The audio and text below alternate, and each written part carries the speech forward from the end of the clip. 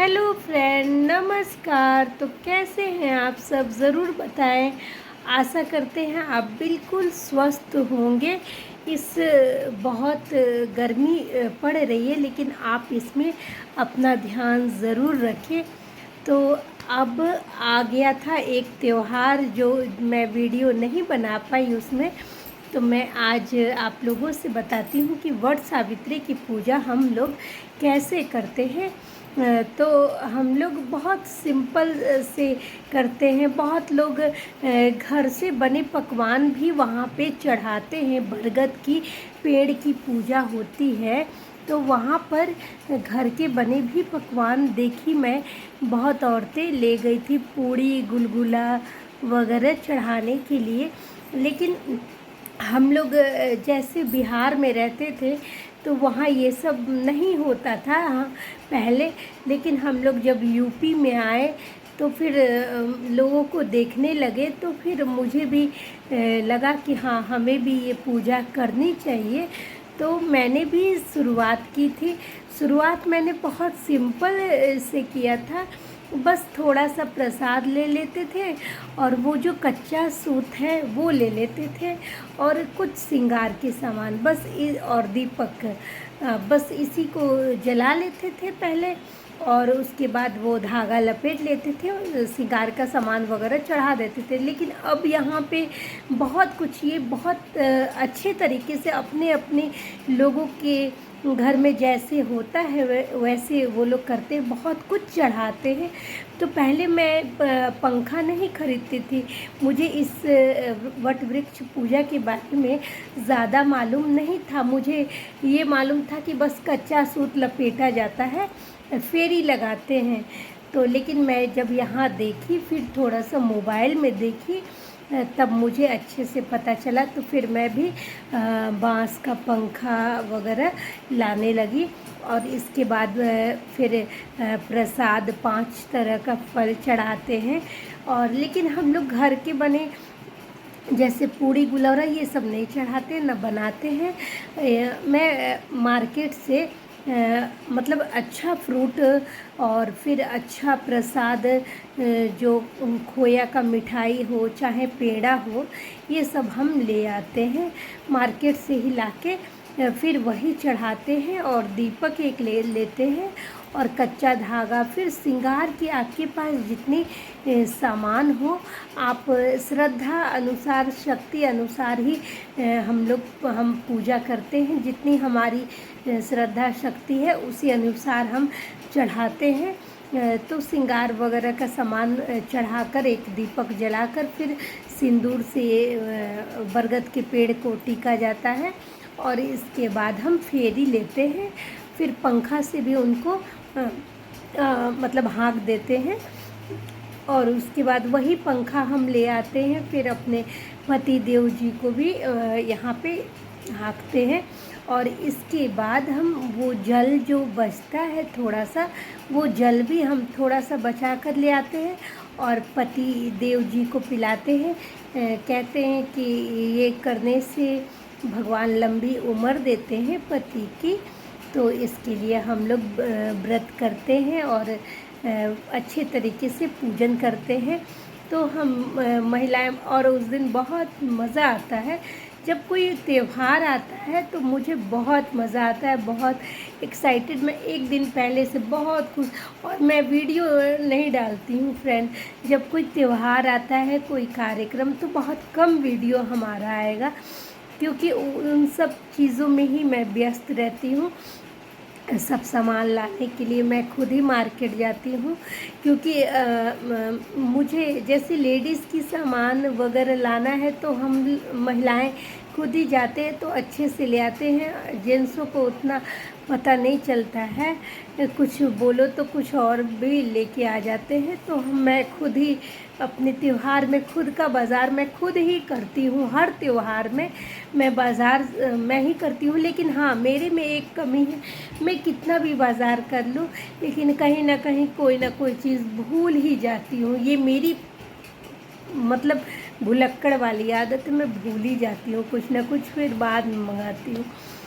तो ऐसा होता है कि आप लोग के साथ भी होता है ऐसा? तो मैं अक्सर कुछ ना कुछ भूल ही जाती हूँ। मैं बहुत जल्दी भूलने लगी हूँ आजकल। तो फिर इस तरीके से हम लोग पूजा करते हैं। और अभी आने वाला है 17 या 18 तारीख को एकादशी का व्रत, जो बहुत ही इम्पोर्टेंट होता है। कहते हैं कि जो 12 महीने का एकादशी लोग नहीं भी करें, अगर कर ले तो बहुत अच्छा होता है, और अगर ना कर पाए तो ये निर्जला एकादशी जो 17 या 18 को है, अभी मैं पता कर लूँगी, शायद इन दोनों दिनों में से एक दिन पड़ रहा है। तो ये बिना पानी के व्रत किया जाता है। बिल्कुल भी इसमें खाना पानी कुछ भी नहीं करना है, कुछ भी नहीं खाना है। और ये बहुत ही कठिन व्रत होता है। और इसमें जल का भी, मीठा जल का भी दान दिया जाता है फिर ब्राह्मणों को। और इस घड़े के साथ, घड़े में मीठा जल का भी उसमें पानी भर के थोड़ा सा चीनी डाल के फिर दान दिया जाता है। कहते हैं बहुत अच्छा होता है।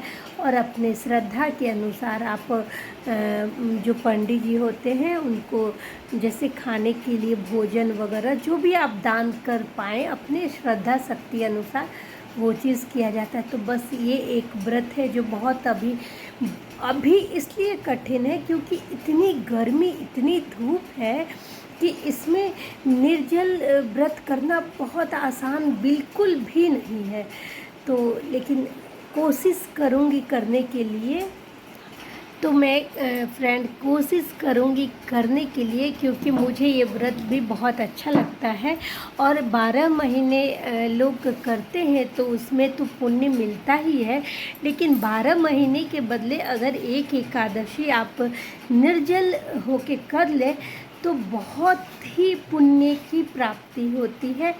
तो मेरी सभी बहनों से भी अनुरोध है कि जो भी मेरा वीडियो देख रहे होंगे वो अगर आप रह सको तो रह लो, नहीं रहो तो आप पानी पीकर भी व्रत कर सकते हैं। ऐसा कुछ नहीं है। लेकिन ये निर्जला एकादशी है, इसका मतलब निर्जल बिल्कुल बिना पानी के ही रहा जाता है। अगर बहुत लोग जैसे बीमार हैं, मतलब बीपी है, शुगर है, कुछ ऐसे वगैरह बीमारियां होती हैं, और अगर उनको भी व्रत करने का मन है तो आप भगवान के सामने बोल दीजिए कि हम पानी पीकर व्रत करेंगे, तो आप कर सकती हैं।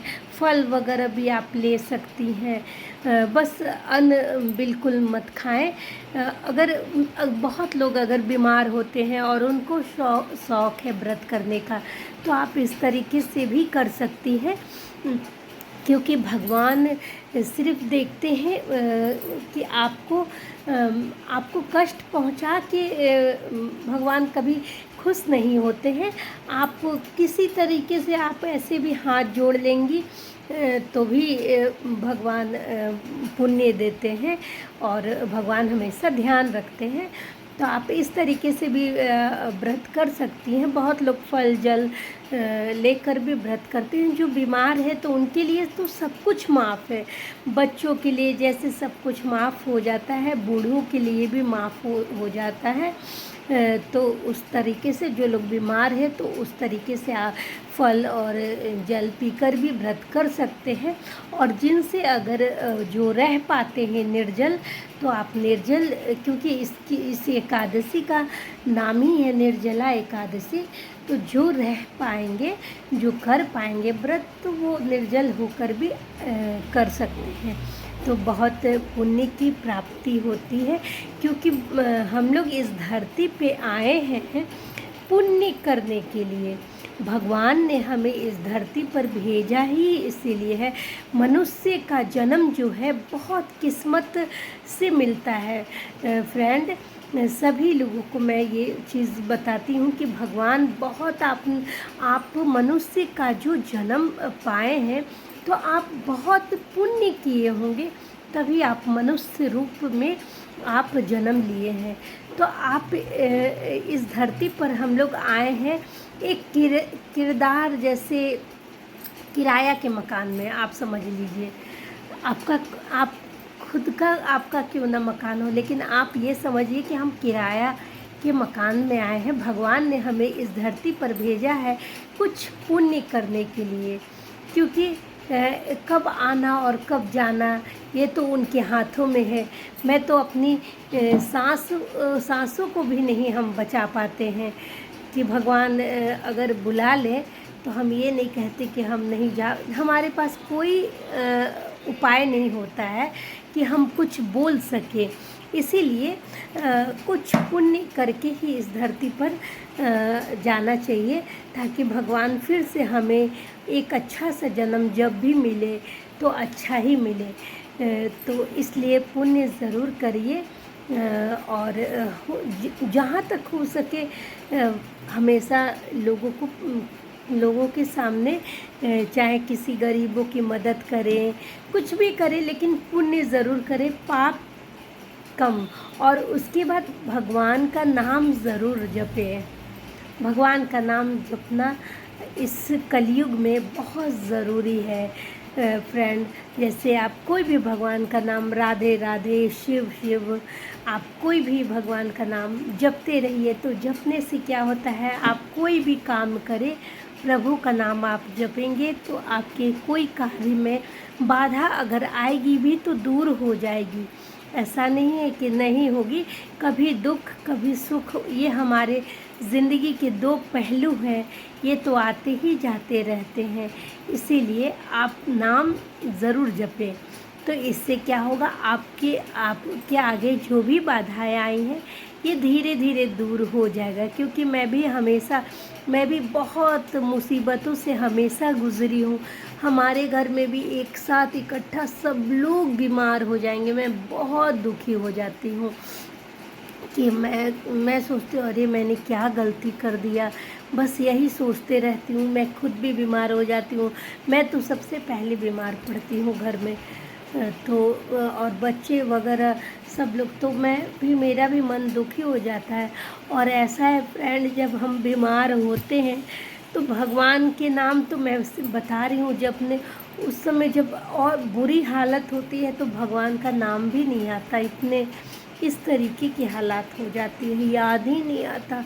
यही दिमाग में आता है कैसे हम ठीक हो जाए, कैसे हम ठीक हो जाए।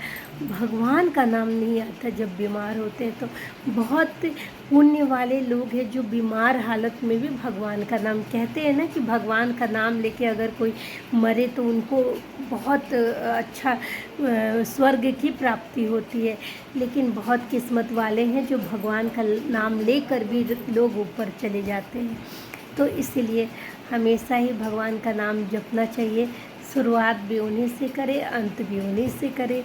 राधे राधे आप सभी लोगों को। फ्रेंड, अगर आप लोगों को हमारा वीडियो पसंद आए तो चैनल को लाइक और सब्सक्राइब करना ना भूलें, और फॉलो भी ज़रूर करें। देखिए, ज़रूर देखें आप लोग, आधा वीडियो काट कर मत ये छोड़ें, क्योंकि फिर इससे हमारा नुकसान होता है।